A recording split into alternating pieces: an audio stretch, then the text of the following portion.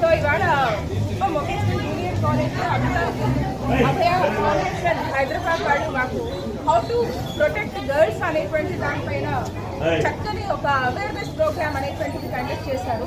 So దీంట్లో చాలా simple tips అన్నమాట. ఈ 10 సింపుల్ టిప్స్ ఫాలో అవ్వడం ద్వారా పిల్లలు వాళ్ళంతకు వాళ్ళు ఎలా ప్రొటెక్ట్ చేసుకుంటారు, ప్రిలిమినరీగా మనం ఎవరో వచ్చి కాపాడుతారు అనేటువంటిది కాకుండా మనల్ని మనం ఎలా ప్రొటెక్ట్ చేసుకోవచ్చు అనేటువంటిది చాలా సింపుల్గా ఉన్నటువంటిది, చాలా మహత్తరమైనటువంటి ఐడియాస్ ఇందులో ఉన్నాయి. మరి చూడటానికి చాలా చిన్నగా అనిపిస్తాయి.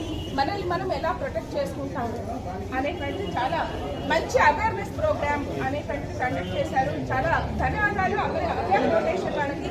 మాకు భవిష్యత్తులో కూడా ఇంకా మంచి ప్రోగ్రామ్స్ ఏవైనా ఉంటే మా పిల్లలకు అవకాశాన్ని ఇవ్వాలని, మా కాలేజ్ పిల్లలకి అందరికీ అవగాహన ఇవ్వాలని మరీ అభయ ఫౌండేషన్ వాళ్ళని కోరుకుంటున్నాం sir. Thank you.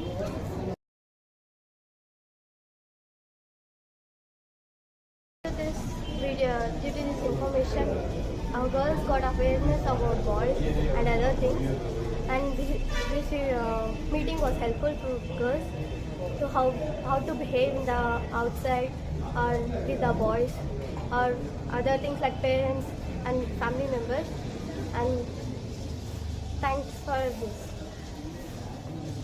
To all, I am Danasri. నేను ఫస్ట్ ఇయర్ చదువుతున్నాను. సార్ వాళ్ళు చెప్పిన దాంతో చూసిన ప్రకారం అందరికీ సేఫ్టీగా ఎలా ఉండాలి, బయటికి వెళ్ళిన తర్వాత సేఫ్టీ మెజర్స్ ఎలా తీసుకోవాలి అని నేర్చుకున్నాను. దానికి ముందు నాకు ఇలాంటివి ఎవరు చెప్పారు. అది కాకుండా మాకు ప్రోగ్రామ్స్ కూడా చాలా పెట్టారు. సో బెస్ట్ అని అనుకుంటున్నాను. Thank you. Abhaya foundation committee వాళ్ళు వచ్చి మాకు దీని గురించి ఎక్స్ప్లెయిన్ చేశారు. మా పిల్లలు ఈ అవగాహన కనుక్కొని దీని ద్వారా ఎలాంటి సేఫ్టీ మెజర్మెంట్ యూజ్ చేయాలనేది కనుక్కుంటూ ఉంటారు.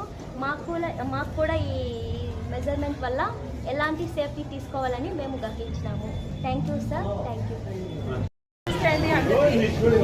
సో ఇవాళ vocational junior college Abhaya foundation Hyderabad వాళ్ళు మాకు హౌ టు ప్రొటెక్ట్ గర్ల్స్ అనేటువంటి దానిపైన